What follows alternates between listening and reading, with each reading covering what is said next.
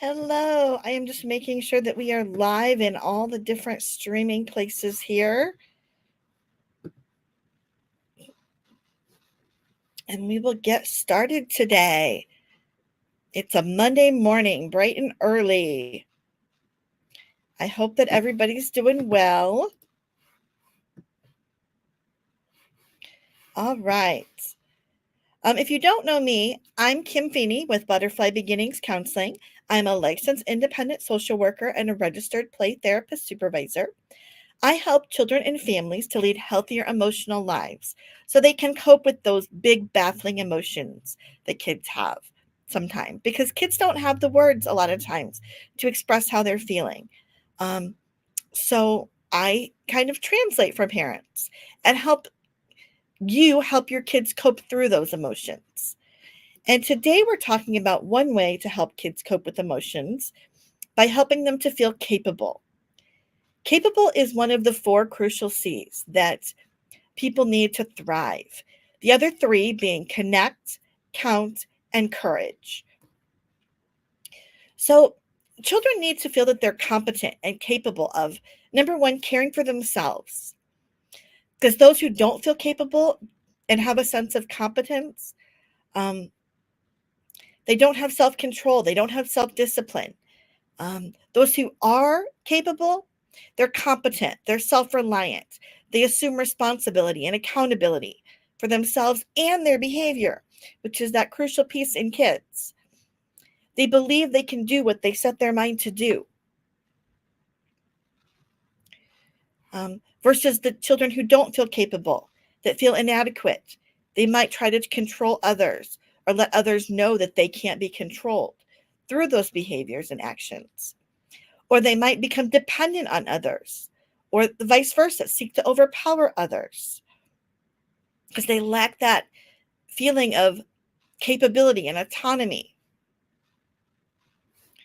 So there are four areas where you can help your child feel capable.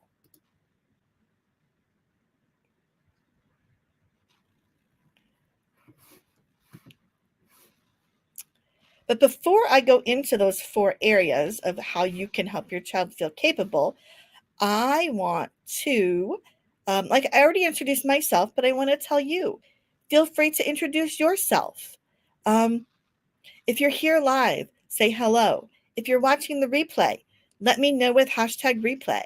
And feel free to put questions and comments in the chat or in the replay as you're watching, because I love to know who I'm talking to out there. And the reason that I do these quote unquote trainings is to help you help your kids. So please respond, comment, and let me know what's going on out there. All right, again, we're talking about the crucial C of capable and four areas where you can help your child feel capable. Number one, making each mistake a learning experience. Mistakes are going to happen. Kids aren't perfect. We're not perfect.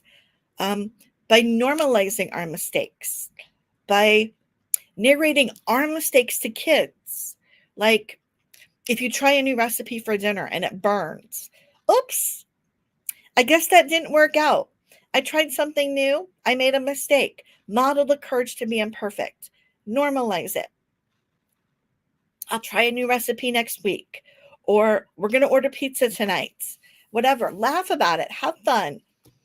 Make mistakes a learning experience. Yes, some mistakes are more severe or crucial than others, but we still have an opportunity to learn.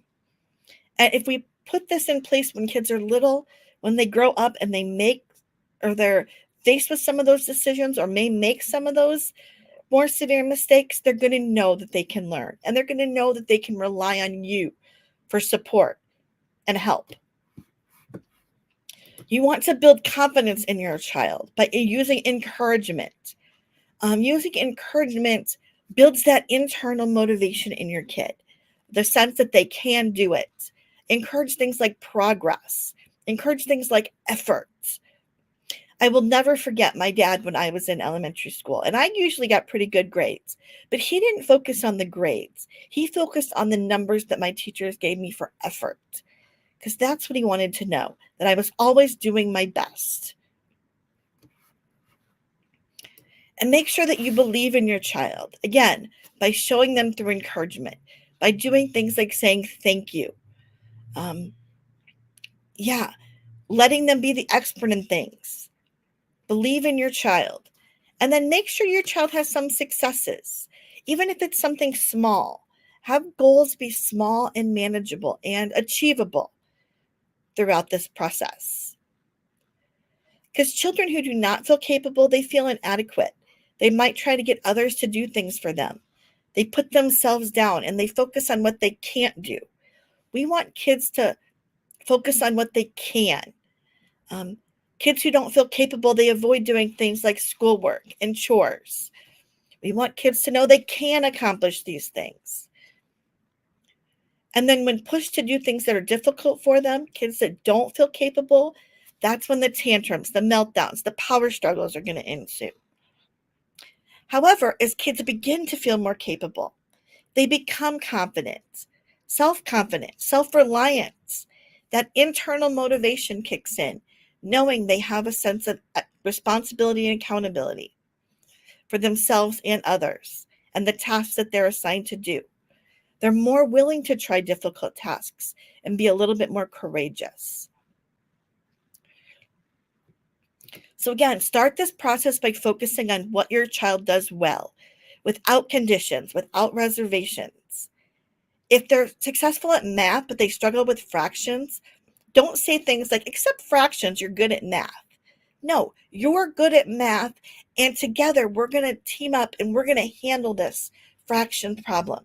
Or we're going to reach out for your teacher to help, or we're going to get a tutor, but you can do it.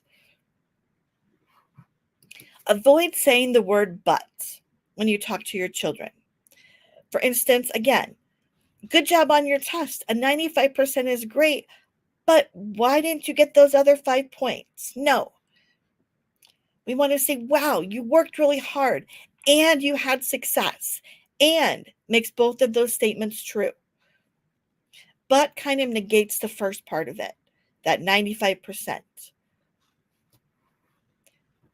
Conveying belief in your children. Show up for their activities. Light up. You can do it. I believe in you. I have confidence in you. You're improving in your jump shot or your free throws or your passing or your dance spin. Your art is getting, you're outlining, you're coloring, your hearts, your stars, whatever age they're at, whatever they're working on, you're improving. You're trying really hard to put so many colors into that picture. Effort, progress, effort. And here's an important one. Avoid doing things for children that they can do for themselves. If they are struggling, problem solve solutions together. Work as a team to accomplish the task, but give them some ownership into it. And I know this is tough, especially on those busy mornings when you're racing to get out the door and the kid's struggling to tie their shoe. It's much easier for you to tie their shoe for them.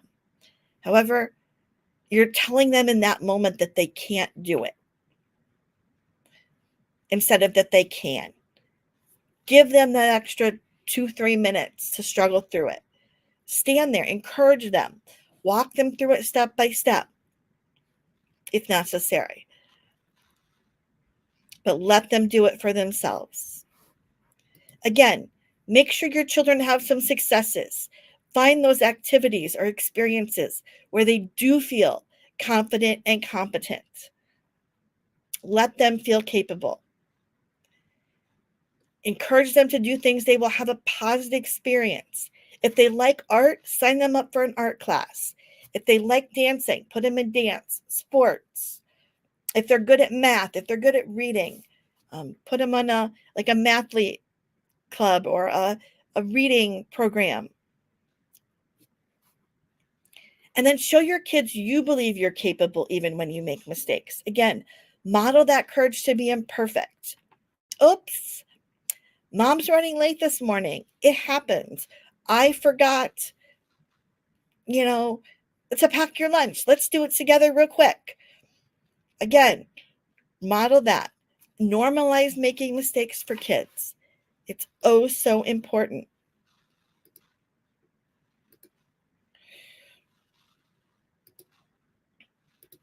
Okay. Again, help your child find areas of talent, interests, skills by trying different activities at home or in the community. And then once they have those small successes, encourage them to try things that are hard for them in order to build their willingness to try different difficult things, to build their courage.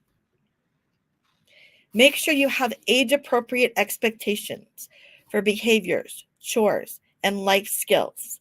I'll put some resources in the comments that you can look for. And allow your children to have their feelings. Teach them they're capable of dealing with them. Yes, they may need some co-regulation.